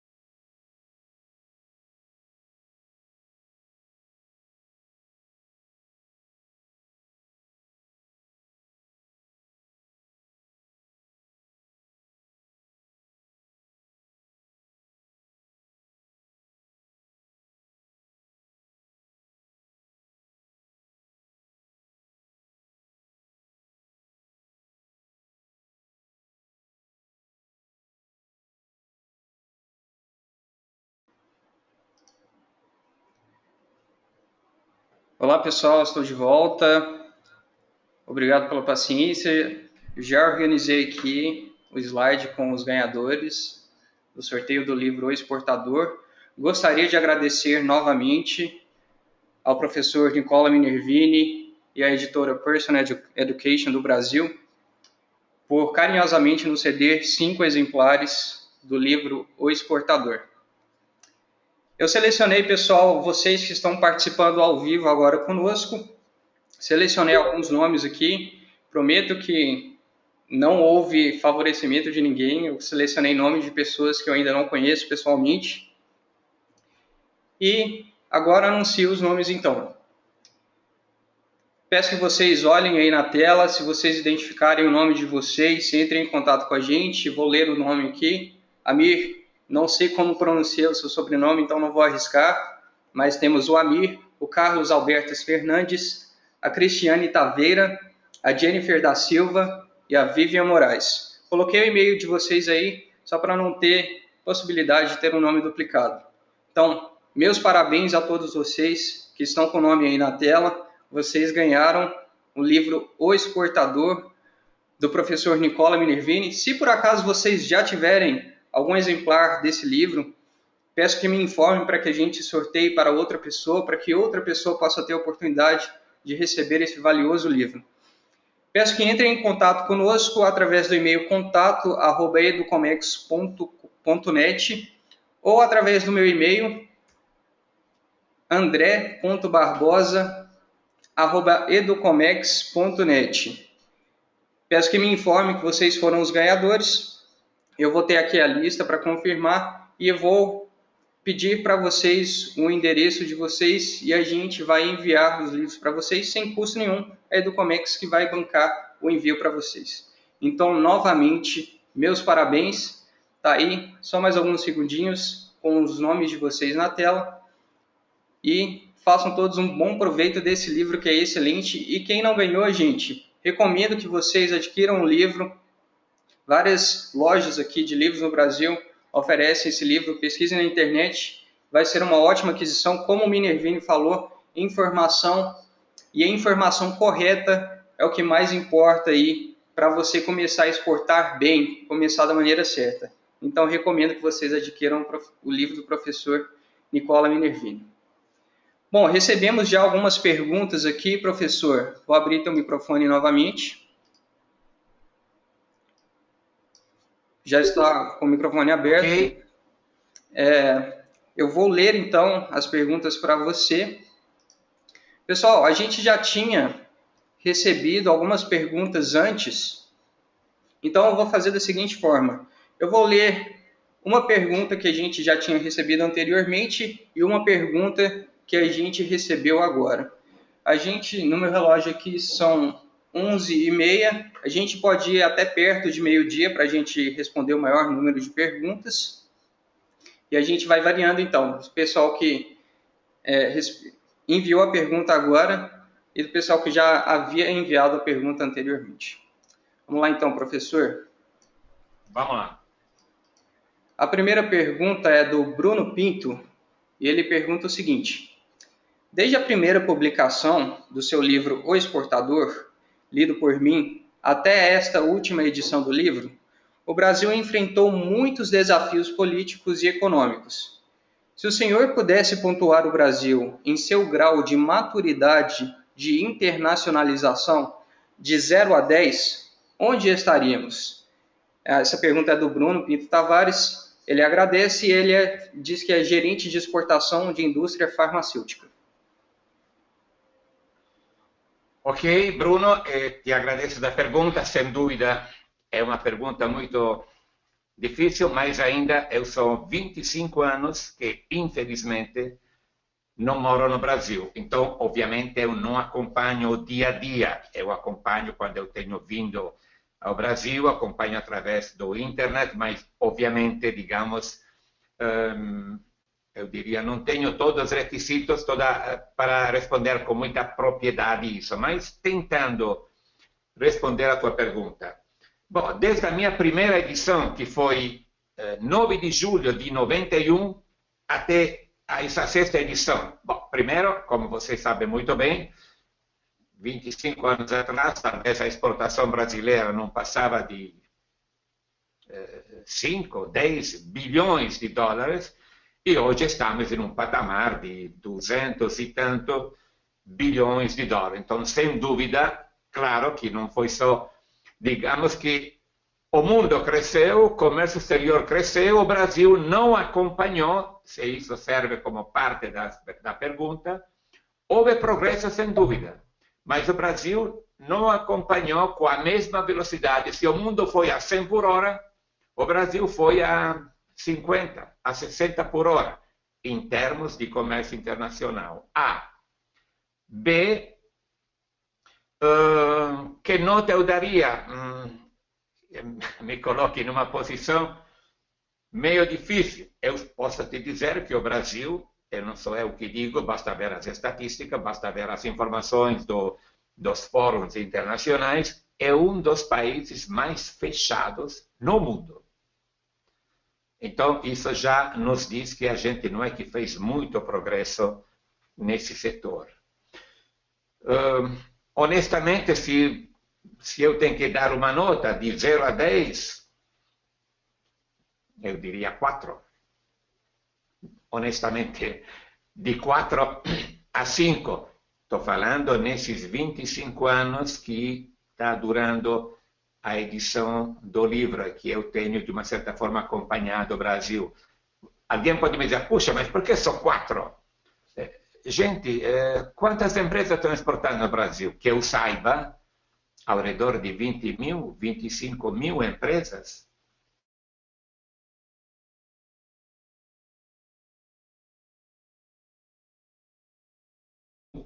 Empresas exportadoras, ou mais ou menos isso, que eu saiba, as primeiras 1000 são responsáveis por 80% do comércio exterior brasileiro. Então, sobra migalha para as outras 24 mil. Se nós não temos tido com essa bendita gangorra do câmbio para baixo e para cima, para baixo e para cima, nós temos tido uma certa continuidade por muitas empresas. Tem entrado e tem saído, tem entrado e tem saído na área de comércio internacional. Você também sabe que tem muitas empresas, você tem a sorte de trabalhar em uma empresa já de um certo porte, então já deve ter uma boa estrutura de comercialização. O executivo brasileiro é bastante dinâmico, muito apreciado no mercado internacional. Aliás, aqui tem que fazer uma, digamos, uma uma reflexão. O Brasil é considerado uma das melhores escolas de gerenciamento ao nível mundial, de management. Tanto é verdade que as grandes multinacionais, antes de promover seus altos executivos para CEO, para o número 1 da empresa, manda ele para o Brasil.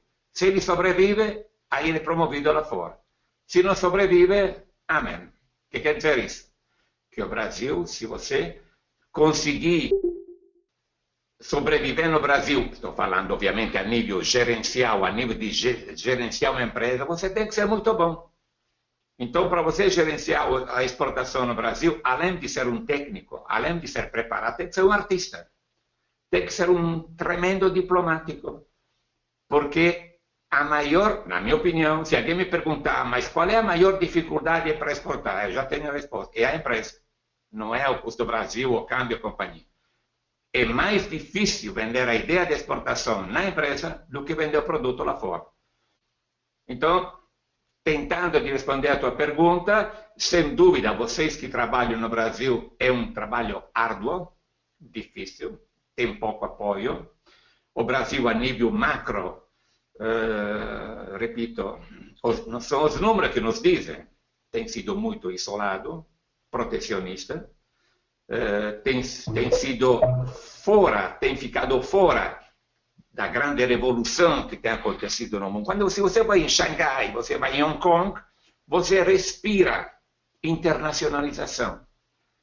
No Brasil, claro, o Brasil tem um tamanho enorme, então o pessoal tem pensado mais a nível de mercado interno, mas hoje em dia não podemos ter esse luxo.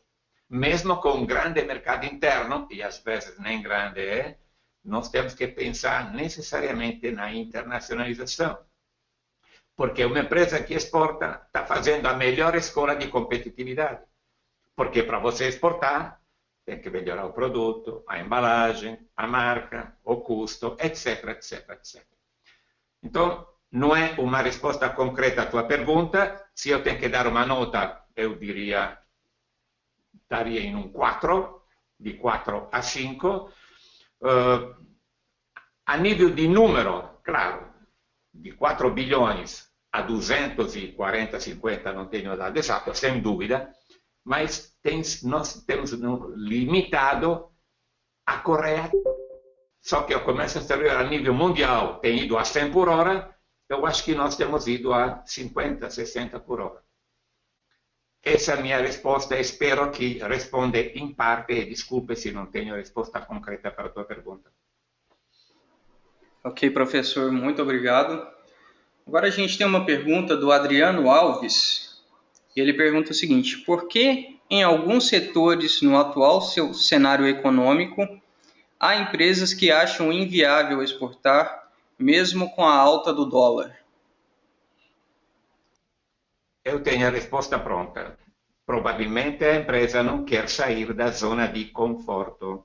Provavelmente a empresa considera a exportação uma operação financeira e não como uma estratégia de desenvolvimento.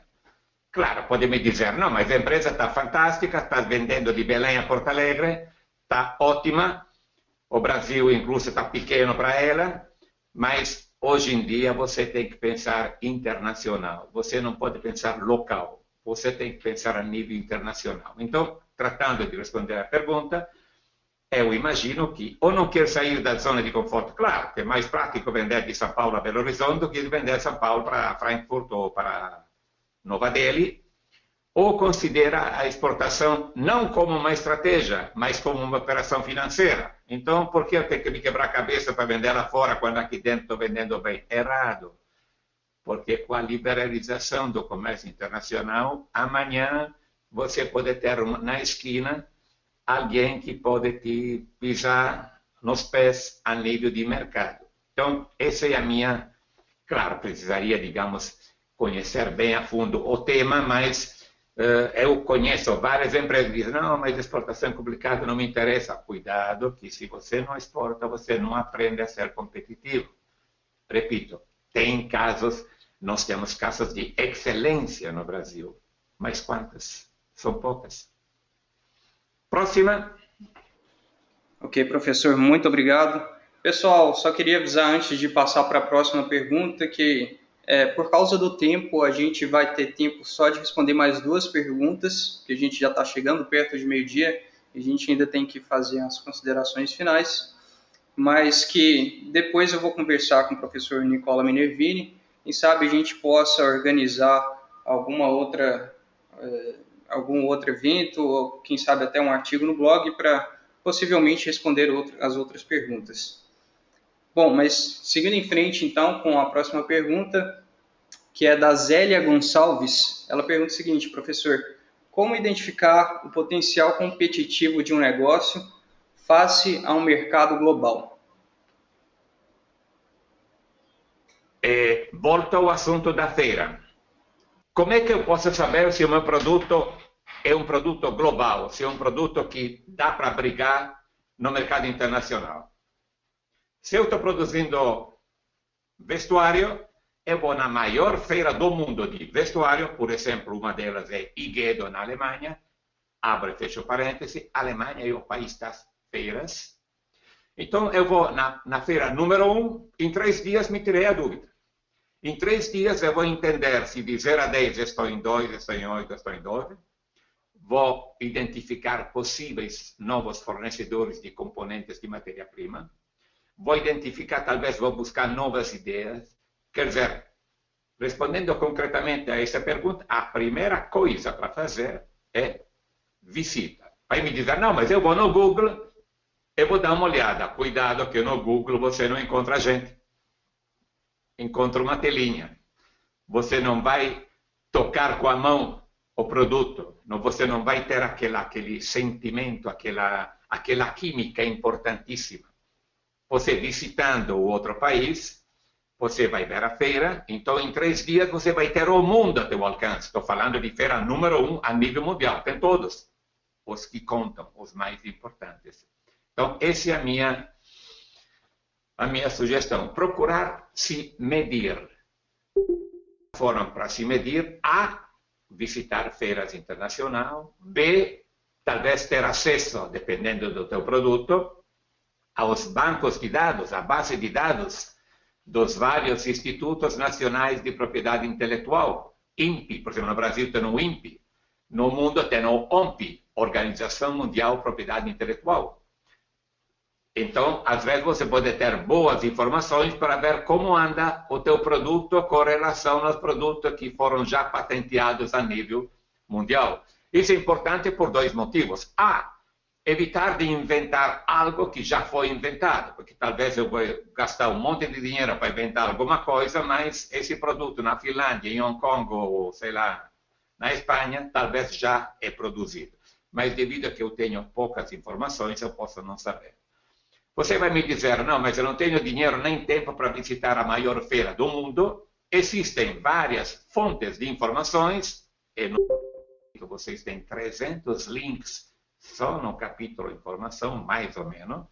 Existem algumas empresas de pesquisa de mercado que você faz uma assinatura, vai pagar algo, obviamente, e você pode receber na tua casa ou no teu computer todo dia uma atualização daquilo que está acontecendo com o teu produto. Tipo, você está fabricando caneta ou está fabricando mouse do computador. Tem empresas que visitam as várias feiras em Hong Kong, Xangai, Milão, Frankfurt, etc. Recortam notícias do internet de jornais. Então, claro, isso não é barato, mas é importantíssimo. Você está up to date, você está atualizado sobre o que acontece sobre um produto similar ao teu a nível internacional. Então, isso te dá uma boa base para você ter, digamos, uma medição de por quanto anda a tua empresa. A próxima. Ok, professor, muito obrigado novamente. E para finalizar, então, nós temos a pergunta da Rita de Cássia Castro. Ela pergunta o seguinte: nós sabemos que o relacionamento entre empresas é um dos fenômenos empresariais de maior crescimento na atualidade. Por que as estratégias de relacionamento entre empresas no mercado internacional permitem que uma organização possa ampliar seu conjunto de recursos e capacidades. Bom, se entendi bem, o áudio não estava ótimo. Se entendi bem, por favor, me desculpe se não é isso que não é isso o teor da pergunta. Relacionamento entre empresas, então a vantagem que existe entre trabalhar em conjunto é o assunto das sinergias. Devido que é complicado, porque, como eu falava antes, o mercado internacional está mais ou menos dividido em... Você lá em cima tem as multinacionais, que estão delocalizando, então estou indo no Vietnã, na China e companhia, então estão ocupando mais espaço, roubando um pouquinho de espaço que aqui tinha a pequena empresa. Do lado de baixo tem os chineses, os orientais, que estão melhorando a qualidade deles. Antigamente tinha um produto chinês que você olhando já desmanchava em 10 peças, agora já tem produtos que tem que tirar o chapéu. Então o que está acontecendo? Esse é o mercado internacional. As multinacionais estão descendo, localizando, os orientais estão subindo, o espaço para a pequena e média empresa está ficando cada vez menor. Qual é a solução? Insisto, tem que ter sinergia. Então, o relacionamento entre empresas, por exemplo, eu trabalhei 7 anos no grupo Bramboveri, uma grande multinacional, mas a gente tinha que brigar com outras grandes multinacionais, tipo Siemens, IG Telefunken, General Electric, etc. Um dos nossos concorrentes era a ASEA da Suécia. Então a gente, essas duas, apesar de ser concorrentes, deixaram de lado as diferenças e acharam por bem se juntarem, se fusionaram, e hoje existe o grupo ABB, ASEA Bramboveri. Então, o que permitiu isso? Permitiu reduzir custos, permitiu cortar uma série de produtos que estavam sobrando ou eram, digamos, cópias. Essa é que é a vantagem do relacionamento entre empresas. Procurar se especializar em determinadas áreas, redução de custo, maior poder de fogo, maior poder contratual. Então, digamos, fica cada vez mais difícil, mesmo a nível, digamos, de empresas ou de prestador de serviço, ficar sozinho. O assunto é tratar de juntar sinergia. Não quer dizer criar uma sociedade, é se colocar ao redor de uma mesa e dizer, eu sei fazer isso, você sabe fazer aquilo, vamos ver o que dá para fazer em conjunto. Por exemplo, se serve como exemplo, no México eu tive uma grata satisfação de criar um grupo de empresas do setor de couro e calçado. Claro que teve todo um doutrinamento, um catequismo, não é no primeiro dia. Mas, tentando, espero, de responder parte da pergunta, nesse grupo tinha 8 empresas, potencialmente concorrentes do setor de couro e calçado, botas, cinturas, etc. Uma empresa, o dono da empresa era um engenheiro, era ótimo como engenheiro, um ótimo técnico. Fazia uns produtos que eram excelentes. Só que não sabia vender. E muitas vezes o técnico é um bravo técnico, mas um péssimo comercial. Vice-versa, tinha uma outra empresa, concorrentes entre aspas, que era um ótimo, nós diríamos em uma palavra meio pouco decente, marqueteiro, quer dizer, era um ótimo comercial, mas fazia um produto que era um desastre. Vocês não vão acreditar, depois de um trabalho de motivação, etc., etc., o engenheiro chegou para o ex-concorrente, o fulano que era bom em marketing, falou, olha, você sabe vender muito bem, as tuas lojas estão fantásticas, mas teu produto é um desastre. Que tal se eu fabrico os teus produtos e você me vende os meus produtos nas tuas lojas? Repito, isso parece poesia pura. Isso aconteceu 15 anos atrás no México, num projeto belíssimo, que eu tive a oportunidade de fazer durante 1 ano e meio no México. Esse quer dizer sinergia. Mas, obviamente, para chegar nesse ponto, houve todo um processo de seleção, de motivação. Levamos esse pessoal junto numa feira internacional, o pessoal juntos se deu conta de quanto estavam ruins. Um estava pior do outro. Então, voltaram cabisbaixos, voltaram todo mundo deprimido, pensando, era não servia nada a gente pensar que você é meu concorrente. O concorrente não está aqui, está na China, está em outros países. Então, digamos, o convite que eu faria para qualquer classe de empresa é: nós temos que pensar em conjunto, temos que ver o que dá para fazer em conjunto.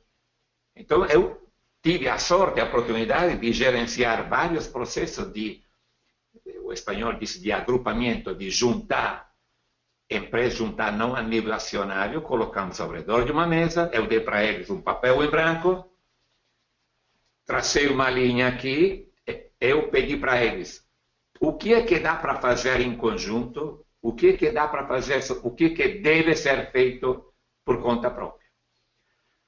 Obviamente, na primeira reunião, eles colocaram poucas coisas que dá para fazer em conjunto, tipo fornecedores, comprar matéria-prima, comprar embalagem, e colocaram muita coisa que eles pensavam que dava para fazer sozinho. Depois, na quarta ou quinta reunião, depois que incluso eu obriguei as empresas a se visitarem reciprocamente, que também foi uma coisa dificílima, vocês imaginam, 8 concorrentes, nós organizamos, tipo, um dia, 7 visitavam a empresa do João. Na outra quinta-feira, os outros 7 visitavam a empresa do Roberto. Ao redor de 3 meses, todo mundo havia visitado todo mundo. Baixaram as defensas. Claro que não é fácil, por isso é que tem que ter um trabalho de sensibilização e um trabalho de seleção. Bruno, não sei se era isso o teor da tua pergunta. A grandes linhas, se você falava de relacionamento e vantagem de se associar, imagino que isso possa ser um caminho. Se não respondi, por favor, você manda a tua pergunta por escrito para o André, que eu te respondo por e-mail. Ok, professor, muito obrigado. A pergunta foi da Rita e eu acho que era bem isso mesmo, professor. Bom, pessoal, a gente está finalizando, então, infelizmente pelo horário, a gente não pode seguir mais com a transmissão. A gente ainda tem várias perguntas, tem mais pergunta da Rita, do Adriano, da Vivian. Infelizmente não vão poder ser respondidas agora, depois eu vou estar conversando com o professor Nicola Minervini. Quem sabe a gente possa fazer algo para responder as perguntas por um outro meio. Professor, gostaria de lhe dar a oportunidade, se quiser fazer alguma consideração final de tudo isso que a gente conversou aqui hoje e dar mais algum recado para o pessoal, te dou essa oportunidade agora.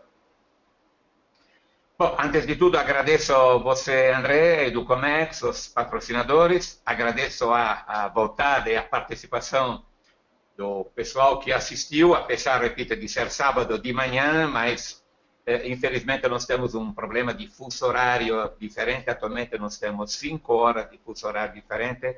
Eu sei que para vocês talvez poderia ser, digamos, mais interessante fazer isso tipo à noite, durante a semana, mas quando para vocês são 8 horas da noite, por exemplo, para mim é 1 da manhã, ou agora, por exemplo, são 5 horas da tarde para mim. Eu sei que é um horário meio ingrato, mas depois vai ter uma época que essas 5 horas vão se reduzir para 3. Dito isso, parabéns para o pessoal que ganhou o sorteio. Eu gostaria de ter ganho esse livro, mas eu tive que escrevê-lo, então eu garanto a vocês que é mais bonito ver o livro aí na livraria, mas atrás do livro tem muito cabelo branco, ou aliás, falta de cabelo, e escrever um livro é um parto. É um parto no sentido que desde quando você pensa em escrever o livro até que o livro sai na livraria, sendo parto acelerado, 9 meses, mas assim voando. Então, sem dúvida, é um trabalho bastante complexo. A vocês diria, vocês estão numa área, eu considero, não porque a gente passou por isso, é uma das áreas mais fascinantes que tem no mercado internacional, a área de executiva de exportação. A internacionalização é algo de fantástico, porque você se confronta com o mundo, você tem que ter uma visão a 370 graus, não 60, desgasta, sem dúvida, mas é compensadora. Lamento que no Brasil ainda não seja suficientemente reconhecida, mas é uma questão de tempo. O conselho que eu digo para tudo, procuram, por favor, estudar muito esse assunto. Informação é a base. Se alguns de vocês são ainda estudantes ou estão nas primeiras, digamos, iniciativas, o melhor investimento que vocês podem fazer, visitem feiras, grandes feiras.